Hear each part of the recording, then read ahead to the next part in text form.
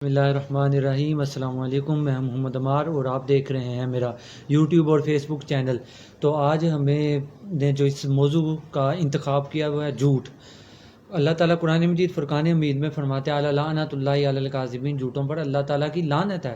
تو حضور آقا علیہ الصلوۃ والسلام سے پوچھا گیا کہ یا رسول اللہ صلی اللہ علیہ وآلہ وسلم، کیا مومن بزدل ہو سکتا ہے؟ حضور صلی اللہ علیہ وسلم نے فرمایا نہیں، مومن بہادر ہوتا ہے، لیکن ہو سکتا ہے کہ کبھی وہ اس سے بزدلی بھی سرزد ہو جائے، کبھی وہ بزدل بھی ہو جائے۔ لیکن دوسرے نمبر پہ پوچھا گیا یا رسول اللہ صلی اللہ علیہ وسلم، کیا مومن بخیل ہوتا ہے، بخل ہوتا ہے مومن میں؟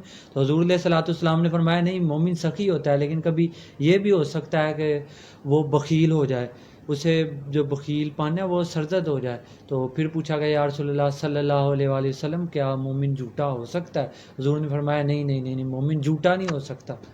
تو آپ اس چیز سے اندازہ لگا لیں کہ ایک بندہ گنہگار تو ہو سکتا ہے، مومن جو بندہ ہے کبھی کبھار ایسے بھی ہو سکتا ہے کہ اس سے بزدلی بھی سرزد ہو جائے، بخل بھی سرزد ہو جائے، کیونکہ آقا علیہ الصلوۃ والسلام نے فرمایا تھا نا کہ جو اولاد ہوتی ہے یہ انسان کو بزدل بھی بناتی ہے اور بخیل بھی بناتی ہے۔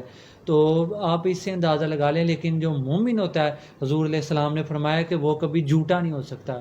اسی طرح ایک اور روایت ہے، اکثر کتابوں میں علماء نے ان سے نقل فرمایا ہے کہ ایک صحابی تھے، وہ رسول اللہ صلی اللہ علیہ وسلم امام الانبیاء صلی اللہ علیہ وسلم کی بارگاہ میں حاضر ہوتے ہیں اور حاضر ہو کے فرماتے ہیں کہ یا رسول اللہ صلی اللہ علیہ وسلم، میں 4 گناہ کرتا ہوں، میں چوریاں کرتا ہوں، میں شرابیں پیتا ہوں، میں بدکاری کرتا ہوں اور جھوٹ بولتا ہوں۔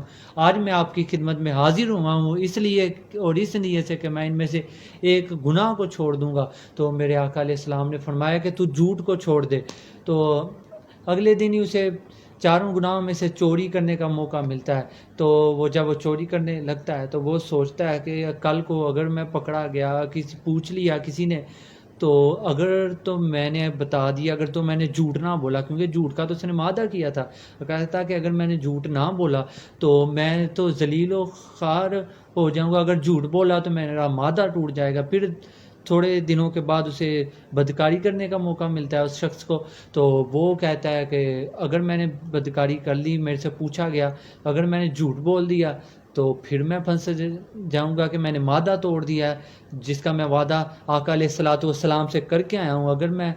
اگر تو میں سچ بولوں گا تو پھر میں ذلیل ہو جاؤں گا کیونکہ میں بدکاری کرتا ہوں۔ پھر وہ اس طرح سے 4 کے 4 گناہ جو وہ کرتا تھا، وہ 4 کے 4 گناہ ہی اس بندے سے چھوٹ گئے۔ وہ رسول اللہ صلی اللہ علیہ وسلم کی بارگاہ رسالت مآب میں حاضر ہو کے عرض کرتا ہے یا رسول اللہ صلی اللہ علیہ وسلم، ایک جھوٹ چھوڑنے کی وجہ سے اللہ تعالیٰ کی میرے پہ اتنا فضل و کرم ہوا ہے کہ باقی گناہوں سے بھی میری جان چھوٹ گئی، اب میں کوئی گناہ بھی نہیں کرتا۔ اسی طرح ایک اور حدیث مبارکہ ہے، دیکھیں یہ تربیت والی باتیں، رسول اللہ صلی اللہ علیہ وسلم کی جو زندگی ہے، جو آپ صلی اللہ علیہ وسلم کا اسوہ حسنہ ہے، وہ یقینی طور پہ ہم کو اس کو فالو کرنا چاہیے۔ وہ ہمارے لیے ہدایت کی راہیں کھول دیتا ہے اور ہماری زندگی اور آخرت ہے اس کو سنوار دیتا ہے۔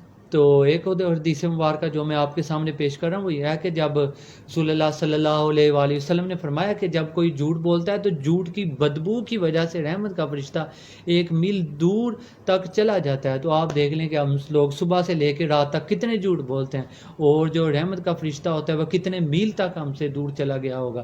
کبھی دوستو آپ لوگوں نے سوچا ہے ہماری صبح بھی جھوٹ سے ہوتی ہے، دوپہر بھی جھوٹ سے ہوتی ہے، شام بھی جھوٹ سے ہوتی ہے، اور ہم لوگ ایک طرف تو رسول اللہ صلی اللہ علیہ وسلم کی غلامی کا دعوے کرتے ہیں، دوسری طرف جتنے جھوٹ ہم لوگ بولتے ہیں، میں کہتا ہوں کہ کوئی اور بندہ تو روئے کائنات پہ نہیں بولتا ہوگا۔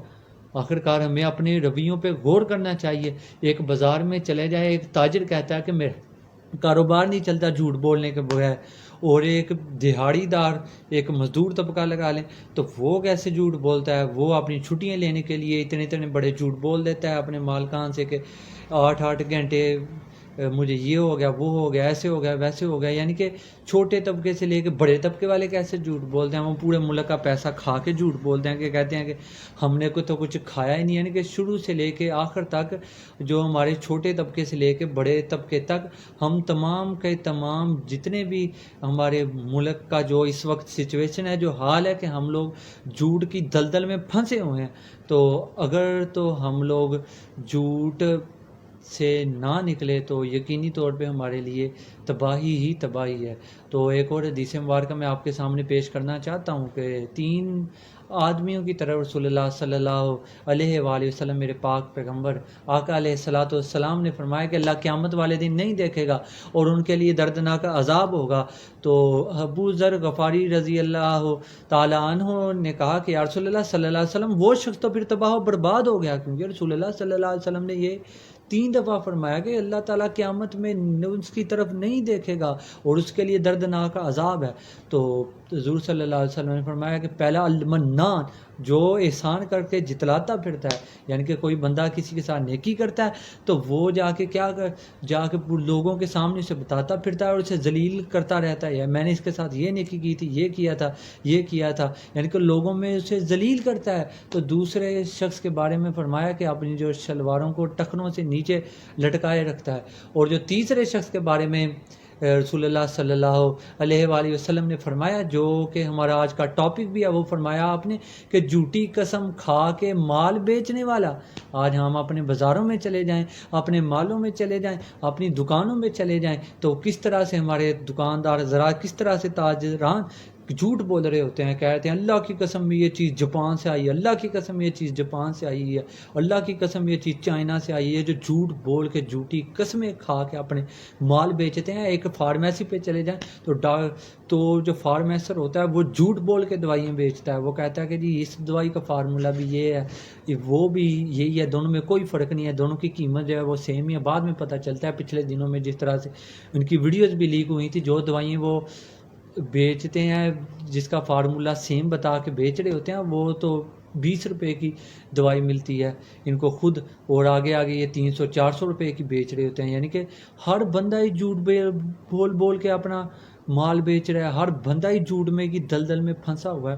ایک بندہ صبح گھر سے نکلتا ہے، اتنے بڑے بڑے جھوٹ بول کے جاتے ہیں، پھر اسی طرح پورا دن گزر جاتا ہے اور جھوٹوں میں نکلتا رہتا ہے۔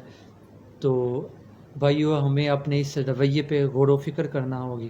اگر تو ہم لوگ سچ مچ میں رسول اللہ صلی اللہ علیہ وسلم سے محبت کے دعوے کرتے ہیں نا، تو ہمیں یہ جھوٹ کی دلدل سے باہر نکلنا ہوگا اور حضور صلی اللہ علیہ وسلم کا سچا امتی بننا ہوگا۔ تو آپ لوگوں سے یہی ریکویسٹ ہے، آپ لوگوں کو یہی پیغام ہے، میری باتوں کو اللہ تعالیٰ سے دعا ہے کہ یا اللہ پاک تو ان کو سمجھنے کی توفیق عطا فرما۔ یا اللہ پاک ہمارے پاکستان کو اور امت مسلمہ کو جھوٹ کی دلدل سے نکال۔ آمین ثم آمین، وما علینا الا البلاغ المبین۔